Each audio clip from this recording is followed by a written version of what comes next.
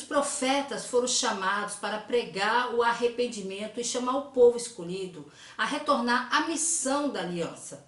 E como povo escolhido, Israel tinha um propósito missionário. E essa missão era um exemplo dessa missão.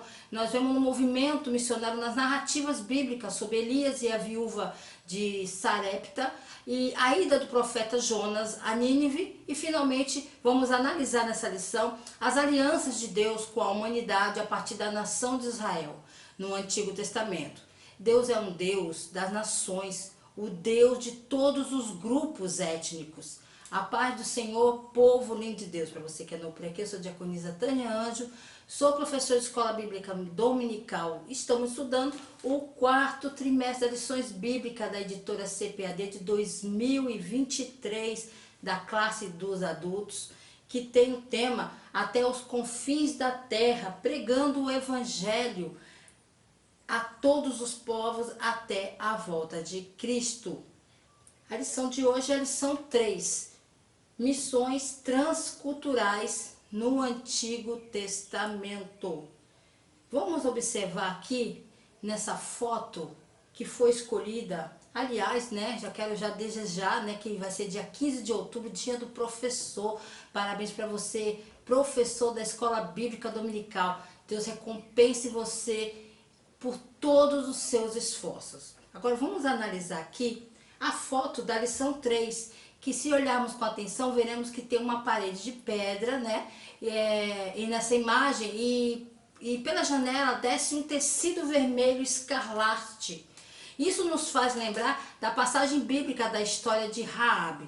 Os espiões pediram a Raabe que amarrasse um fio escarlate na janela, pela qual subiram, para que quando voltasse à cidade, vissem esse fio, e soubessem que ela havia cumprido sua promessa, e então poupariam a vida dela e de sua família da destruição que cairia sobre Jericó. Raabe é um belo exemplo do poder transformador da fé.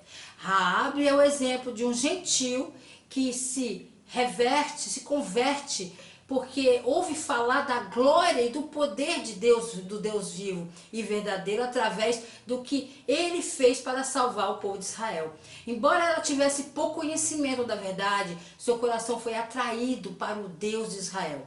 Ela arriscou a sua vida, abandonou sua cultura pagã e trouxe seus familiares para próximo com ela, para a comunidade do povo de Deus.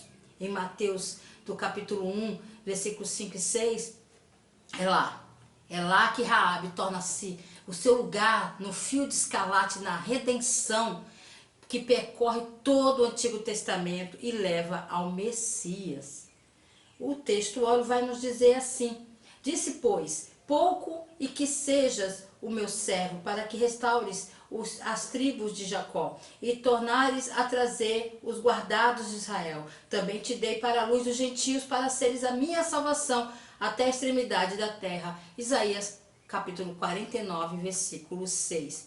A verdade prática nos diz assim: o amor de Deus para com as nações deve ser o mesmo objetivo de todos os que militam pela salvação das almas perdidas. A leitura bíblica em classe se encontra em 1 Reis, capítulo 17, versículo 8 e 9, capítulo 17 ao 22 e Jonas, capítulo 1, versículo 1 e 2. Os objetivos da lição é identificar Israel como um povo escolhido para um propósito missionário, demonstrar o amor de Deus para com outras nações e relacionar as alianças de Deus com a humanidade no Antigo Testamento.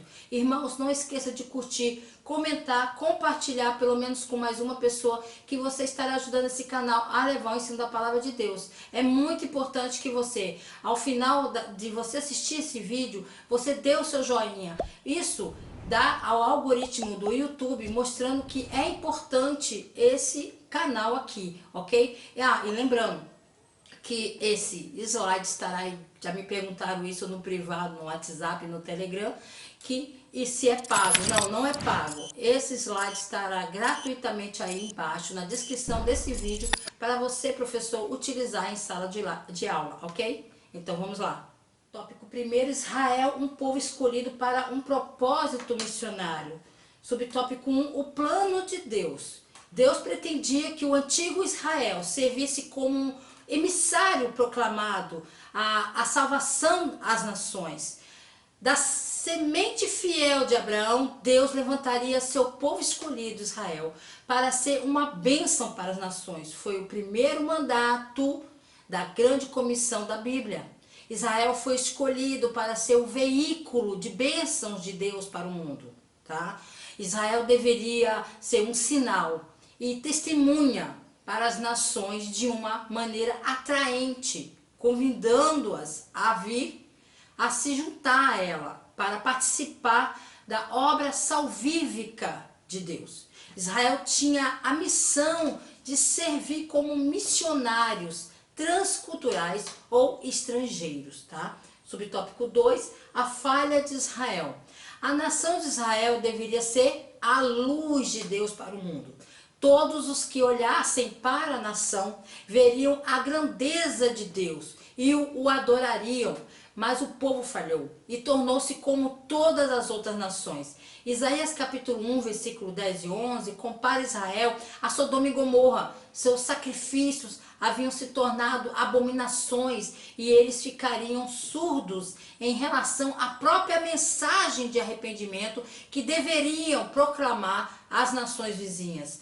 As missões no Antigo Testamento eram através da localização central de Israel e do tabernáculo e eventualmente do templo.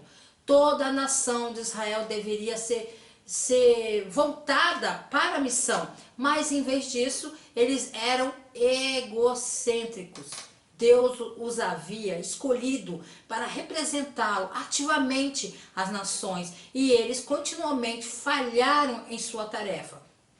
Isso, irmãos, isso não cumpriu. Israel não cumpriu sua missão como testemunha dos gentios.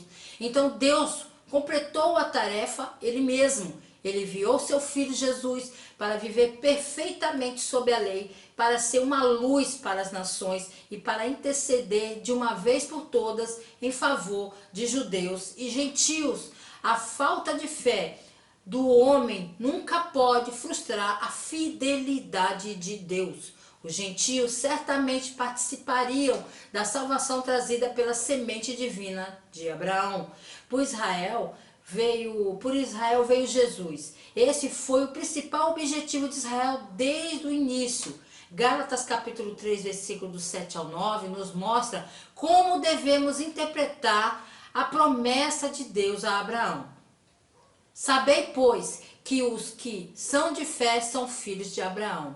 Ora, tendo a Escritura previsto que Deus havia de justificar pela fé os gentios, anunciou primeiro o Evangelho a Abraão, dizendo: todas as nações serão benditas em ti, de sorte que os que são da fé são benditos, como crente Abraão. Subtópico 3. A contribuição de Israel para o mundo. Vamos retroceder um pouco no tempo. Quando o exército babilônico, sob Nabucodonosor, terminou seu trabalho de destruir Jerusalém e levar a nata de seus cidadãos para o exílio lá em 586 a.C., o povo de Deus enfrentou sua maior crise de todos os tempos, tanto política quanto espiritualmente. Esta era a terra que Deus havia prometido séculos antes de Abraão e onde seus descendentes viveram por mais de 800 anos. Os descendentes de Abraão agora viviam exilados em uma terra hostil. Isso não veio sobre o povo de Deus de surpresa, tá? Deus havia advertido a nação desde o início de que sua permanência na terra dependia da sua obediência. Se eles não fossem fiéis, Deus os removeria. Os profetas haviam advertido repetidamente sobre isso. Assim, os israelitas no exílio clamaram a Deus com uma consciência renovada de seus pecados. Deus, em sua graça, havia prometido ao seu povo que certamente os traria de volta e que usaria Ciro como seu instrumento ungido. Quando chegou a hora, Ciro realmente foi o instrumento de Deus, emitindo um decreto notável, liberando os judeus para retornar à sua terra. Toda a nação se mobilizou para ajudar, seja na reconstrução do templo ou mais tarde na reconstrução dos muros, ou mesmo no repovoamento de Jerusalém. Houve um retorno ao estrito cumprimento da lei, visto, por exemplo, nas reformas que Esdras e Neemias instituíram. Ambos enfrentaram a questão dos casamentos mistos com estrangeiros e ambos tomaram medidas drásticas para erradicar todos esses laços. Anos antes deles, o povo sob Zorobabel e Josué restituiu cuidadosamente os sacrifícios. Anos mais tarde, eles leram publicamente a lei e fizeram confissão com base no que havia lido. A impressão é que o povo havia aprendido uma lição com o trauma do exílio. Se eles iam errar em qualquer direção, seria na direção de serem muito rigorosos, ou 8 ou 80. E com isso, mantiveram suas tradições. O Antigo Testamento foi traduzido em grego, a língua mais usada naquele período, e crendo nas grandes promessas de Abraão e Davi sobre seus descendentes, sobre o relacionamento de Deus com o seu povo, sobre a bênção das nações por meio deles encontrar o seu cumprimento final em Jesus, o Cristo. A sinopse do tópico 1 diz assim: embora Israel tenha falhado em sua missão, a nação contribuiu na revelação do plano de Deus ao mundo. Tópico 2, o amor de Deus para com outras nações. Subtópico 1, os olhos de Deus sobre todos os povos. O povo de Israel deveria ser o missionário. No entanto, eles muitas vezes desperdiçaram seu papel como embaixadores de Deus para o mundo. E com isso, em vez disso, eles foram os profetas que cumpriram essa tarefa. E eles foram enviados ao povo impenitente de Israel. Pior ainda, o povo normalmente rejeitava e frequentemente matava os profetas. Jesus se refere a isso lá em Mateus 23, versículo 37. Jerusalém, Jerusalém, que matas os profetas e apedrejas os que te são enviados. Quantas vezes quis eu ajuntar os teus filhos como a galinha junta os seus pintos debaixo das asas e tu não quisestes. O livro do profeta Isaías, os capítulos 40 ao 55, falam do retorno e restauração após o exílio babilônico. A mensagem do livro de Isaías para o mundo é que há de fato um Salvador, um Messias, que humilde, dolorosa e gloriosamente conquistou a salvação para os pecadores e para todos que confiam nele. Esta salvação é para todas as nações. A promessa de Deus a Abraão de abençoar as nações do mundo é afirmada em todo o livro de Isaías. Bem como na ida do profeta Elias a Sarepta e do profeta Jonas a Nínive. Nos livros proféticos encontramos profecias de restauração, incluindo um dia futuro no qual as nações estarão entre os redimidos. Toda a humanidade haverá a festa do Senhor Todo-Poderoso e será desfrutada por todos os povos, e o véu do pecado, da ignorância e da morte será removido de todos os povos e nações. Nenhuma tribo, língua, povo ou nação será excluída da salvação do Senhor. Subtópico 2, a viúva de Sarepta e o profeta Elias. O cenário da história: o rei Acabe governante de Israel, e sua esposa Jezabel insistem no culto a Baal em Israel. Ambos são governantes extremamente perversos, a ponto de a Bíblia dizer que Acabe fez mais para provocar a ira do Senhor Deus de Israel do que todos os reis de Israel que estavam antes dele. Por causa de sua maldade, Elias diz a Acabe que nenhuma chuva cairá até que Elias dê a palavra iniciando uma seca de 2 anos. 2 anos sem chuva, o que significa que nenhuma lavoura pode crescer e as fontes de água secaram. Deus leva Elias a um lugar seguro e lá ele passa a seca junto ao ribeiro de Querite, que está diante do Jordão, onde os corvos lhe traziam comida. Uma vez que o riacho seca, Deus ordena a Elias que vá para Zarepate. Tem uma viúva para cuidar dele. O lugar chamado Sarepta, que na verdade significa um lugar de fundição, provavelmente devido à atividade de fundição de metais existente neste local à época do relato bíblico, foi uma cidade fenícia na costa mediterrânea entre Sidom e Tirom, na costa mediterrânea do atual Líbano, portanto considerado um povo gentil. E nesta área também eles estão experimentando a seca sobrenatural que Deus enviou sobre Israel, por causa de sua idolatria. Porque faz com que o seu sol se levante sobre os maus e os bons, e a chuva desça sobre justos e injustos. Mateus capítulo 5, versículo 45. Deus não tem favoritismo e está prestes a se revelar a uma viúva e seu filho. Mas aqui, outro elemento importante é adicionado ao cenário da vida de Elias, como está registrado para nós nas Escrituras. É o elemento de ministério pessoal ou de alcance aos outros. As provas e necessidade do profeta tornaram-se um meio de ministério para uma viúva pobre e seu filho. Vemos ela juntando paus, galhos para fazer fogo. Ela está racionando e economizando há 2 anos. Seus esforços para coletar alimentos para prover a si mesmo e ao filho se mostram inúteis. Ela sabe que não há mais nada a fazer a não ser se preparar para a sua última refeição e depois esperar que eles morram de fome. Já imaginou vendo seu filho morrer de fome?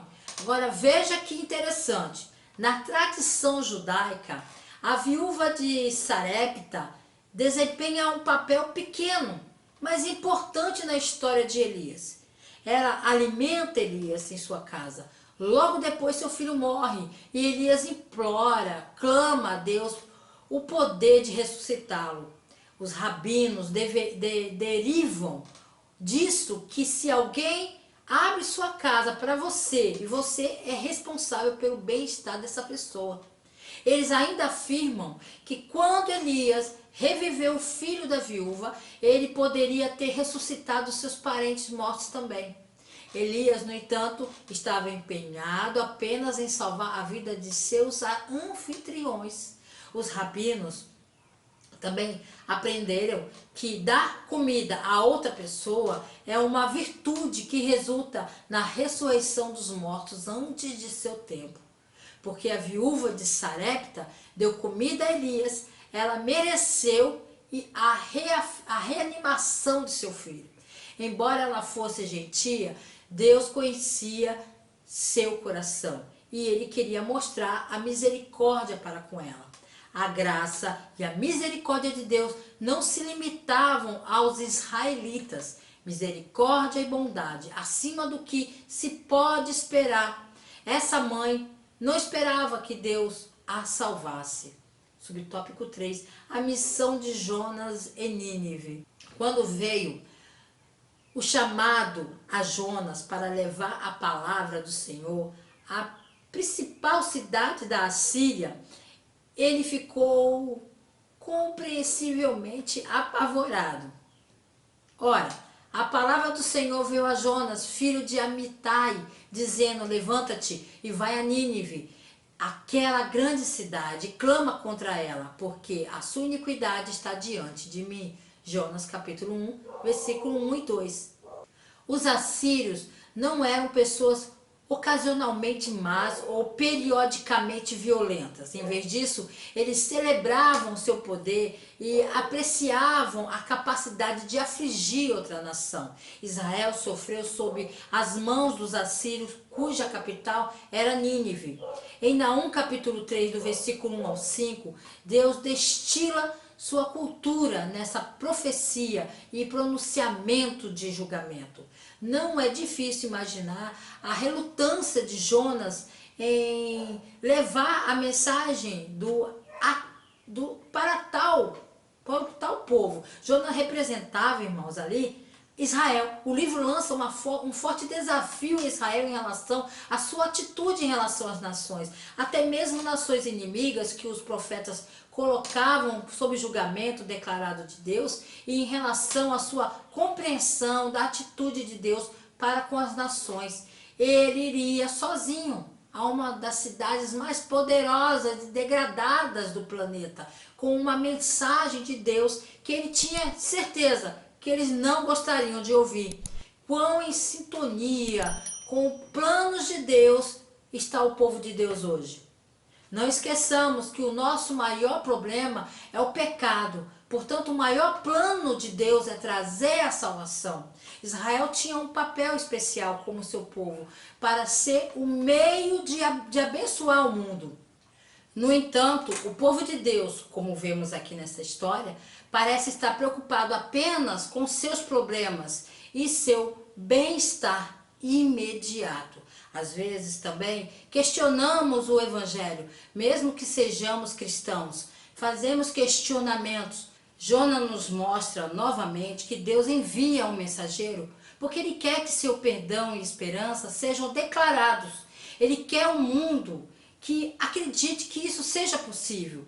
E até usa um profeta relutante para trazer essa palavra para aquele mundo incrédulo e sem esperança. Deus ordena a mesma coisa aos seus discípulos, e este foi o seu último mandamento ao seu povo antes de partir. O Deus cristão, o Deus da Bíblia, é um Deus missionário. Ser seu discípulo é ser cristão, é ser missionário. Desde a proclamação dos profetas no Antigo Testamento até as palavras de Pedro no Novo Testamento, Deus tem consistentemente clamado pelo arrependimento de seu povo. A sinopse do tópico 2 diz assim: por meio do relato da viúva de Sarepta e de Jonas em Nínive, podemos testemunhar o amor de Deus pelas nações no Antigo Testamento. Tópico 3. Alianças entre Deus e a humanidade no Antigo Testamento. Subtópico 1. Alianças de Deus. Uma aliança é um pacto, uma relação de juramento entre duas ou mais partes. Assim são os pactos humanos, por exemplo, o casamento, que se enquadram nessa definição geral. Nas alianças divinas que Deus estabelece soberanamente, o relacionamento com suas criaturas foi uma aliança divina dada após a queda, que é fundamentalmente aquela em que Deus se liga por seu próprio juramento de se cumprir suas promessas. Há dois tipos de aliança na Bíblia e cada pessoa precisa conhecê-los. Se você provavelmente assinou um contrato em algum momento, talvez para uma compra ou para participar de um evento de algum tipo, encontramos vários contratos em toda a Bíblia, mas eles geralmente são chamados de alianças. A fim de entender como Deus faz e cumpre suas promessas, precisamos olhar para o significado bíblico das alianças, porque elas estão envolvidas em todas as partes principais da história bíblica. É fácil ignorar a palavra aliança, pois ela soa antiquada e desatualizada para nós, mas entender essa palavra é a chave para dar sentido a toda a Bíblia. Vamos lá? No subtópico 2, aliança incondicional e aliança condicional. Existem dois tipos principais de aliança na Bíblia, que é a condicional e a incondicional. Um pacto condicional é um acordo entre duas ou mais partes que exige um certo termo que seja cumprido. Se os termos forem cumpridos, haverá um tipo de resultado favorável. Se os termos não forem cumpridos, haverá um resultado diferente, desfavorável. Essas alianças condicionais também são chamadas de aliança de obras. Exemplo de alianças condicionais. Embora o pacto mosaico fosse uma administração da aliança abraâmica e incondicional da graça, ele tinha um aspecto condicional em relação à promessa da terra física. O povo de Israel precisava guardar as leis da aliança para permanecer na terra prometida. Eles repetidamente quebravam o pacto e acabaram sendo enviados para o exílio. Pois assim diz o Senhor Deus: farei também convosco o que fizeste, vós que desprezastes o juramento, quebrando a aliança. Ezequiel, capítulo 16, versículo 59. Já um pacto, uma aliança incondicional, é um acordo entre duas ou mais partes que não envolve estipulações de qualquer tipo para o cumprimento do acordo. Um pacto incondicional também é conhecido como pacto da graça ou uma concessão. Exemplo da aliança incondicional. Nos pactos incondicionais, não é necessário o acordo de ambas as partes. Uma parte faz um juramento, a outra pessoa o cumpre, independentemente da opinião ou vontade da outra. O pacto abraâmico é um exemplo de uma aliança incondicional. Não havia nada que Abraão pudesse fazer para quebrar a aliança que Deus fez com ele, tá? Então, era incondicional. Assim, há diferença entre a antiga e a nova aliança. Não é que a antiga aliança tinha condições para o povo e a nova aliança não. Sob a antiga aliança, as pessoas tinham que colocar sua fé em Deus e mostrar sua fé por meio de sua obediência, lembrando-se de que somente Deus, não sua obediência, os salvou. Além disso, a diferença não é que a nova aliança tem graça e a antiga aliança não. A redenção sempre vem antes do chamado de Deus para obedecê-lo.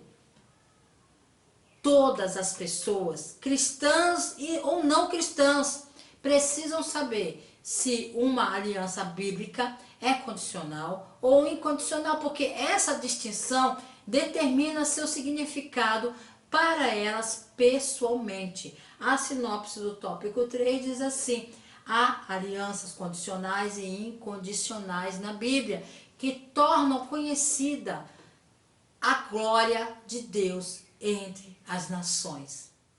Para concluir, irmãos, Deus quer que todas as pessoas sejam salvas, porque Ele ama todas as pessoas. O Evangelho de João registra Jesus dizendo: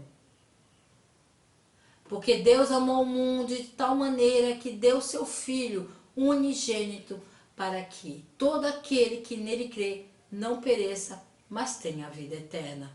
Porque Deus não enviou o seu Filho ao mundo para condenar o mundo, mas para salvar o mundo por meio dele. João, capítulo 3, versículo 16 e 17. O único Deus verdadeiro fez uma trégua à custa da vida do seu Filho. Ele oferece perdão a cada pessoa de forma livre e alegre, alegria eterna àqueles que confiarem em seu Filho. A unidade de Deus significa que há um caminho para a salvação. Não o caminho das obras, mas o caminho da fé. E porque uma forma de fé atravessa todas as barreiras étnicas, políticas, linguísticas e culturais. Deus abençoe você, a sua casa, ore por nós. Querendo o Senhor, se Ele não voltar, estarei de volta aqui a mais um Resumo EBD. A paz do Senhor a todos. E o cachorro latindo.